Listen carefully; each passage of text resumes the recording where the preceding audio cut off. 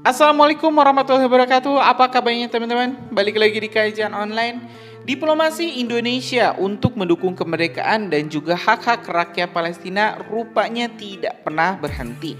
Hari ini bahkan teman-teman, Ibu Retno Marsudi diketahui tengah menjalani kunjungan kerja untuk mengikuti OKI, kegiatan KTT ke-15 OKI di Banjul, Gambia yang dilaksanakan pada 4 hingga tanggal 5 bulan ini.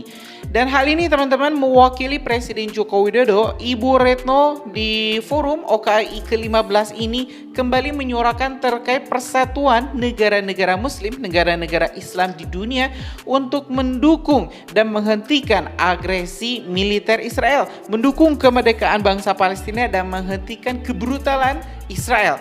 Ya teman-teman, dalam penyampaiannya Ibu Retno menyampaikan beberapa poin-poin penting di mana gencatan senjata segera atau ceasefire adalah hal utama yang harus segera dilakukan. Kalau misalnya kita melihat sekarang Rafah memang tengah dibombardir, tengah diserang habis-habisan oleh Israel dan ini harus diakhiri. Memang negara-negara muslim di dunia ini ibaratnya teman-teman seperti buih di lautan. Negaranya itu banyak, rakyatnya itu banyak, pasukannya itu lebih banyak dari Israel, tapi tidak bisa melakukan apapun secara tegas.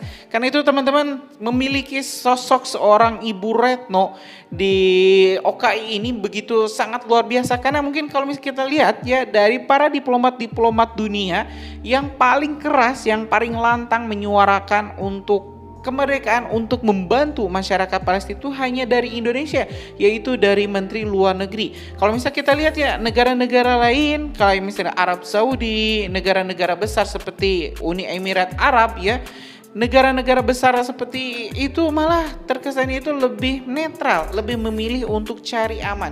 Jadi kita patut apresiasi teman-teman, dan hari ini kita bakal sama-sama mendengarkan dan juga menyimak pernyataan langsung dari Ibu Retno Marsudi terkait pertemuannya di KTT OKI Banjul, Gambia pada tanggal 4 hingga tanggal 5. Oke teman-teman, biar informasinya lebih lengkap, mending kita langsung saja simak ini pernyataan langsung dari Ibu Retno Marsudi, Menteri Luar Negeri Republik Indonesia terkait pertemuan di KTT OKI ke-15 di Gambia. Oke, kita simak videonya bersama-sama. Rekan-rekan media yang saya hormati, mewakili Bapak Presiden, saya hadir dalam KTT ke-15 OKI di Banjul, Gambia, tanggal 4 dan 5 Mei 2024. Perjalanan menuju Banjul sangat jauh, memerlukan transit beberapa kali dan dengan waktu transit yang cukup lama di masing-masing titik.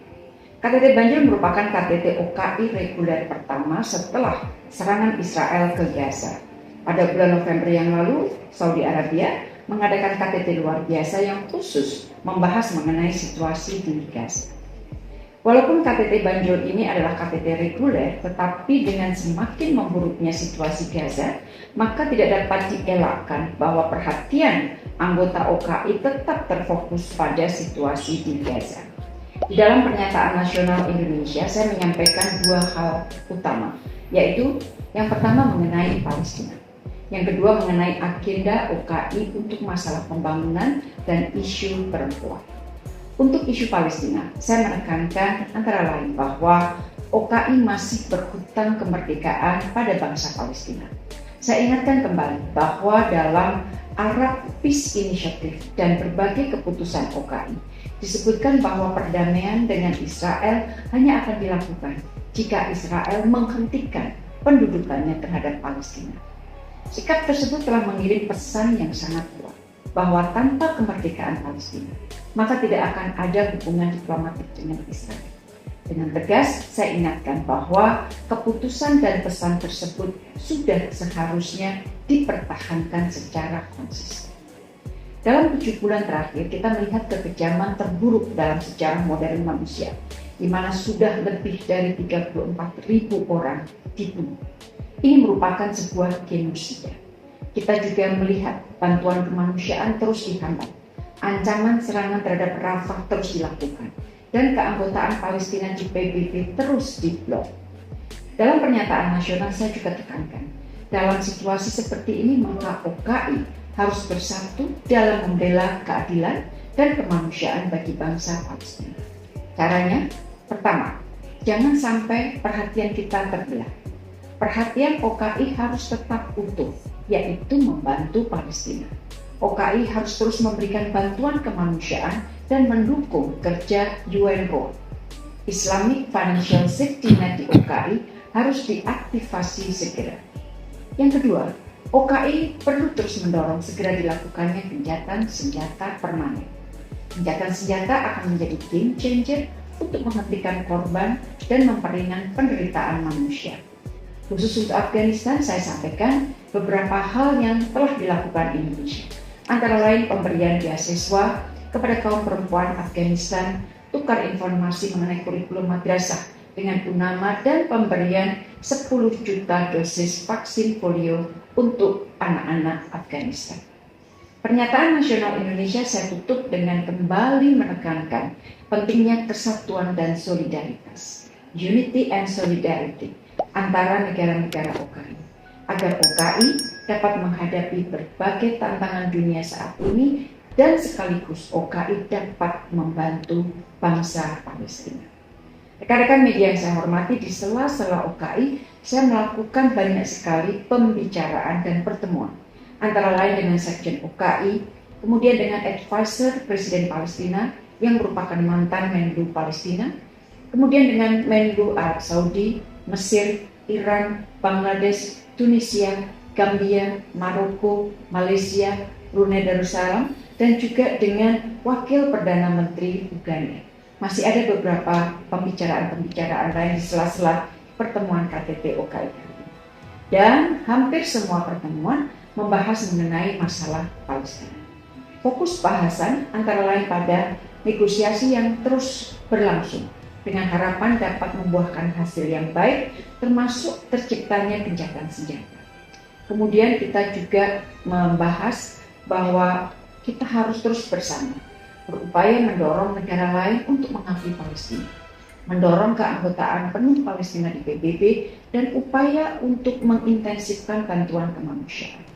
Kita juga membahas kekhawatiran yang sangat tentara yang sangat kelihatan akan rencana Israel untuk menyerang Rafah. Rencana ini sangat dikecam oleh semua negara OKI. Khusus dengan Menteri Luar Negeri Gambia, saya telah menandatangani perjanjian bebas visa untuk pemegang paspor diplomatik dan dinas. Gambia mengapresiasi komitmen Indonesia untuk merevitalisasi The Agricultural Rural Farmer Training Center atau ARFTC di Genoa, Gambia. Sebagai informasi teman-teman, Indonesia mendirikan ARFTC seluas 6,6 hektar di Genoa pada 1998. Ini merupakan pusat pelatihan yang dibangun berdasarkan kerjasama pemerintah Gambia, pemerintah Indonesia, dan Food Agriculture Organization guna membantu peningkatan produktivitas pangan di Gambia dan negara-negara Afrika Barat. Dalam pertemuan dengan Menlu Gambia, saya juga mengundang partisipasi pemerintah dan kalangan bisnis Gambia untuk hadir pada Indonesia Afrika Forum kedua tanggal 3-4 September di Bali. Rekan-rekan, setelah bertemu dengan Menteri Luar Negeri Gambia, saya juga berkesempatan untuk melakukan kunjungan kehormatan kepada Presiden Gambia. Dan di dalam kunjungan kehormatan tersebut, antara lain yang dibahas adalah komitmen kedua negara untuk meningkatkan kerjasama ekonomi. Sebagai informasi, perdagangan Indonesia-Gambia pada tahun 2023 mencapai 64,2 juta US dollar dan Indonesia mengalami surplus 56,2 juta US dollar. Ini merupakan peningkatan yang cukup signifikan dari angka tahun 2022, yaitu 47,2 juta, di mana Indonesia surplus 47,1 juta US dollar. Sementara pada tahun-tahun sebelumnya, Indonesia selalu mengalami defisit. Rekan-rekan, pertemuan saya yang terakhir adalah dengan Konsul Kehormatan Indonesia untuk Gambia, yaitu Bapak Aliu Seka. Dalam pertemuan saya sampaikan apresiasi atas dukungan Konsul Kehormatan Seka dalam upaya Indonesia mempromosikan barang-barang ekspor Indonesia, kemudian menjadi jembatan antara para mahasiswa Gambia yang belajar di Indonesia, dan sekaligus saya juga meminta bantuan Konsul Kehormatan untuk terus mempromosikan Indonesia Afrika Forum kedua yang akan dilakukan di Bali September nanti. Demikian rekan-rekan hasil kunjungan saya ke Banjul, Gambia dalam menghadiri KTT ke-15 OKI. Setelah KTT ditutup, saya akan langsung kembali ke Jakarta melalui Istana. Terima kasih. Kita sebelumnya ucapkan terima kasih untuk Menteri Luar Negeri kita Ibu Retno Marsudi yang begitu luar biasa upayanya untuk mendorong kemerdekaan, mendukung hak-hak rakyat Palestina, dan juga untuk menciptakan persatuan di tubuh umat muslim, yaitu di negara-negara yang bergabung dengan OKI.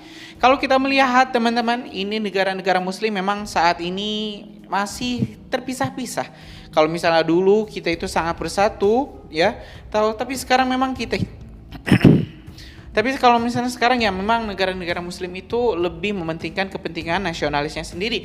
Nah, hal ini tentu tidak bisa dibiarkan, di mana Ibu Retno mendorong negara-negara muslim, negara-negara Islam untuk kembali bersatu.